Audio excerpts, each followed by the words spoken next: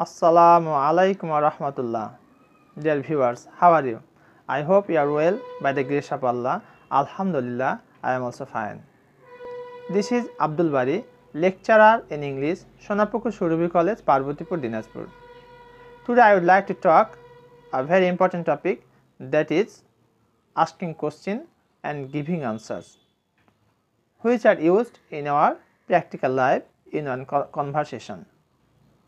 I hope that you will stay with me and enjoy the class. Let's get started. First sentence, তুমি তাকে কতটা জানো? In our practical life, normally we ask questions, তুমি তাকে কতটা জানো? So how can you say this sentence into English? তুমি তাকে কতটা জানো?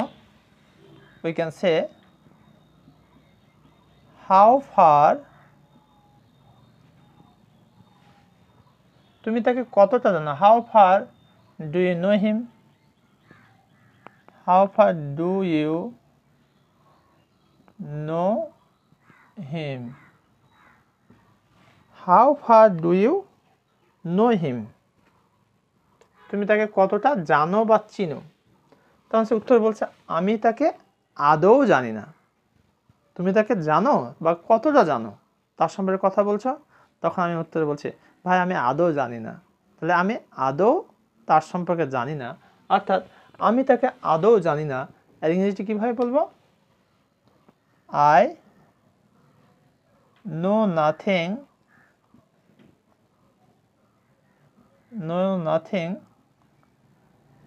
about him. I know nothing about him.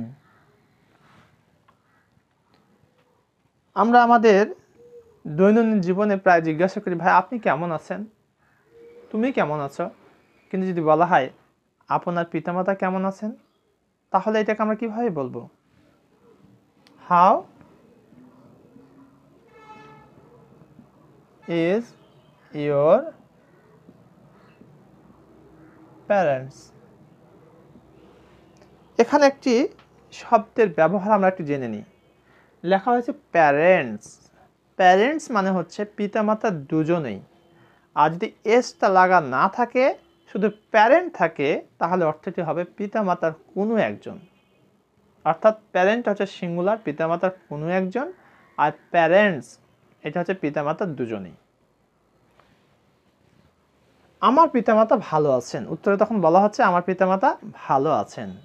আমি বলতে পারি আমি ভালো আছি, আমরা ভালো আছি, বিভিন্নভাবে আমরা এটাকে বলতে পারি। কিন্তু এই প্রশ্নের আলোকে আমরা যদি উত্তরটি বলি আমার পিতামাতা ভালো আছেন, তাহলে আমি লিখব মাই প্যারেন্টস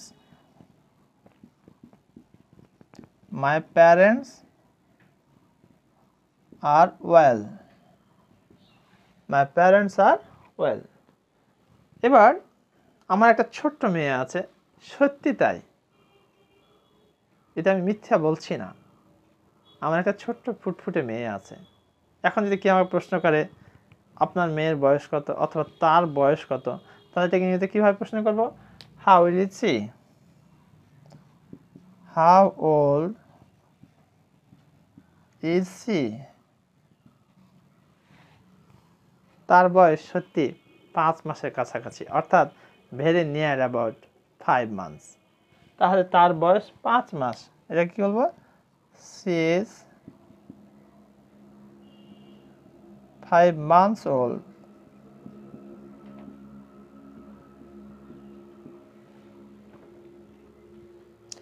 তুমি কোথাও গিয়েছিলে যে আবার ফিরে এসেছো, তোমাকে কেউ প্রশ্ন করছে তুমি কিভাবে ফেরত এলে, তাহলে আমরা কিভাবে এটাকে ইংরেজিতে বলতে পারি? How did you return? তুমি কিভাবে ফেরত এলে? How did you return. এটা পাস্ট ইনডিফিনিট টেন্স, সঙ্গত কারণে আমরা অক্সিলারি ভার্বটা নিয়েছি did. How did you return? তুমি কিভাবে ফেরত এলে।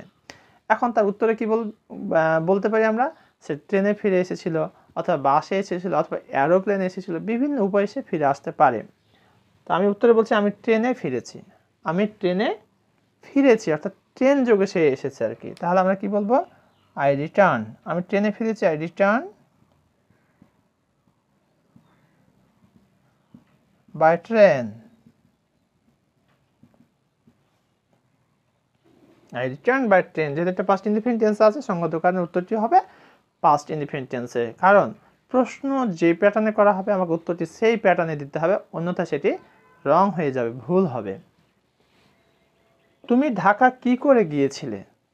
আজকালকে আমরা জানি Dhaka is the capital of Bangladesh and most of the people of our country try their best process to go to Dhaka. Then we can ask question, তুমি কিভাবে ঢাকা গিয়েছিলে? তাহলে এদিকে আমরা বাংলায় কিভাবে বলতে পারি? তুমি ঢাকা কি করে গিয়েছিলে? তুমি ঢাকা কি করে গিয়েছিলে? How did you go to Dhaka?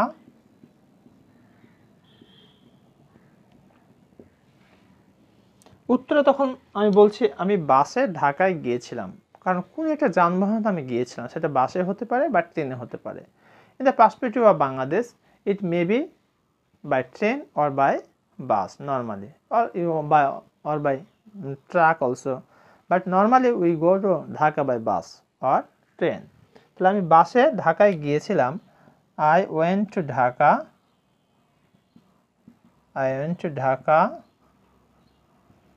by bus. I went to Dhaka by bus. আমি বাসে ঢাকায় গিয়েছিলাম, I went to Dhaka by bus.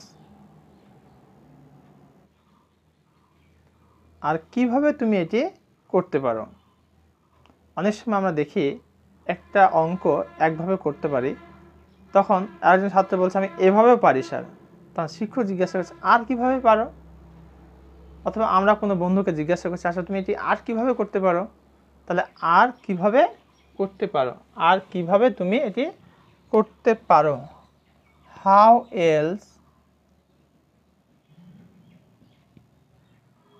Can you do this?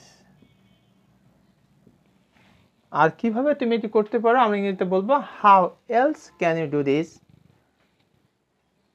আমরা এটাকে এভাবে বলতে পারি, করিম আর কিভাবে এটি করতে পারে, how else Rahim can do this. আমি আর কিভাবে এটি করতে পারি, how else can I do this. অর্থাৎ একটি বাক্য শিখে আমরা শত শত হাজার হাজার বাক্য, hundreds of sentences we can easily deliver, no doubt. So my request, try to memorize all this and practice every day and write down in your খাতা। আমি এটি কম্পিউটারের মাধ্যমে করতে পারি। তুমি এটা কিভাবে আর করতে পারো? বলছো আমি এটি কম্পিউটারের মাধ্যমেও করতে পারি। তাহলে আমি এটি কম্পিউটারের মাধ্যমে করতে পারি, I can also do this with computer.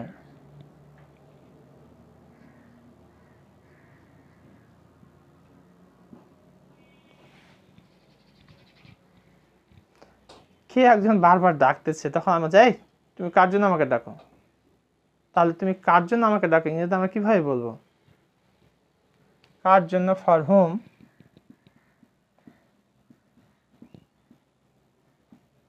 Do you call me? তুমি কার জন্য তুমি আমাকে ডাকো, for whom do you call me? তখন আমি উত্তরে বলছি আমি আমার মায়ের জন্য আপনাকে ডাকি। হয়তো ডাক্তারখানায় গেছি, বলছে এই তুমি কার জন্য আমাকে ডাকো? তখন বলতেছি ডাক্তার সাহেব আমি আমার মায়ের জন্য আপনাকে ডাকি। তাহলে আমি আমার মায়ের জন্য আপনাকে ডাকি ইংরেজিতে কি বলবো? আমি আমার মায়ের জন্য আপনাকে ডাকি, I call you for my mother. I call you for my mother. তুমি কার কাছ থেকে বইটি নিয়েছো? একটা বই, দেখা যাচ্ছে রহিমের কাছে একটি বই রয়েছে, আরেকজন ব্যক্তি খুঁজাখুঁজি করছে, কিন্তু বাই দ্য টাইম টিচার জিজ্ঞাসা করছে তুমি বইটা কার কাছ থেকে নিয়েছো? তাহলে বইটা কার কাছ থেকে তুমি নিয়েছো, ফ্রম হোম। তুমি কার কাছ থেকে বইটি নিয়েছো, ফ্রম হোম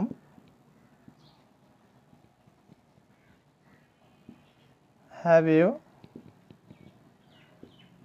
টেকেন দ্য বুক?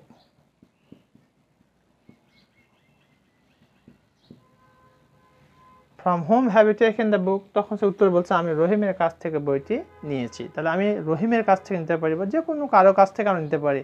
তাহলে একটা বাক্য শিখে রাখি, আমি রহিমের কাছ থেকে বইটি নিয়েছি। তাহলে I have taken the book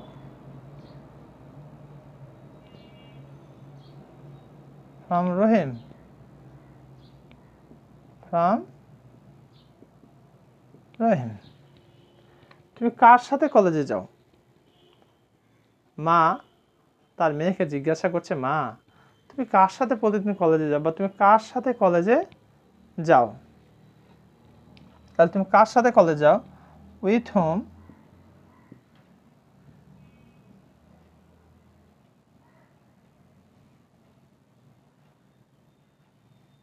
with whom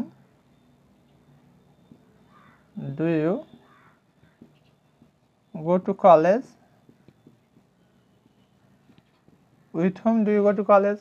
তুমি কার সাথে কলেজে যাও? আমি আমার বান্ধবীর সাথে কলেজে যাই। তখন তার মেয়ে উত্তর দিয়েছে, মা আমি আমার বান্ধবীর সাথে কলেজে যাই। তাহলে I go to college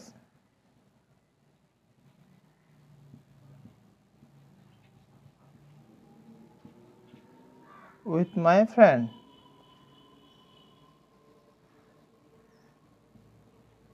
with my friend. সে প্রতিদিন কি করে? কোন এক ব্যক্তি আরেকজন ব্যক্তিকে জিজ্ঞাসা করছে সে প্রতিদিন কি করে। তাহলে আমি এটাকে ইংরেজি কিভাবে বলবো? What does he do every day? সে প্রতিদিন কি করে? What does he do every day? তখন সে উত্তরে বলছে সে প্রতিদিন মাঠে কাজ করে। গরিব মানুষ তো, সে প্রতিদিন মাঠে কাজ করে। তাহলে he works in the field every day.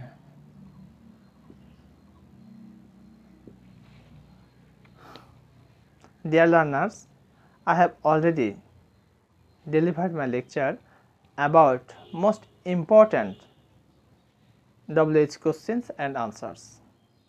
I think that if you practice every day, inshallah, you can shine in your life. And if you don't practice, it is not at all possible to develop your speaking quality. Among 4 qualities, speaking quality is one of them, and it inspires a student, a learner, a viewer to develop his inner intellectual power. So my request all of my viewers, try to practice every day. Speaking quality will be developed, no doubt. In fine, I want to request all of my viewers, if you get little bit benefits by watching my video, please comment and share with others so that others can easily watch it and they can also enjoy the class. And in fine, please subscribe my channel so that I can develop in this platform and I can give you more videos which are very much helpful. And what type of videos you want to get from me, please comment in the comment section. Inshallah, I will try my best to supply those videos. Thank you very much for watching my video.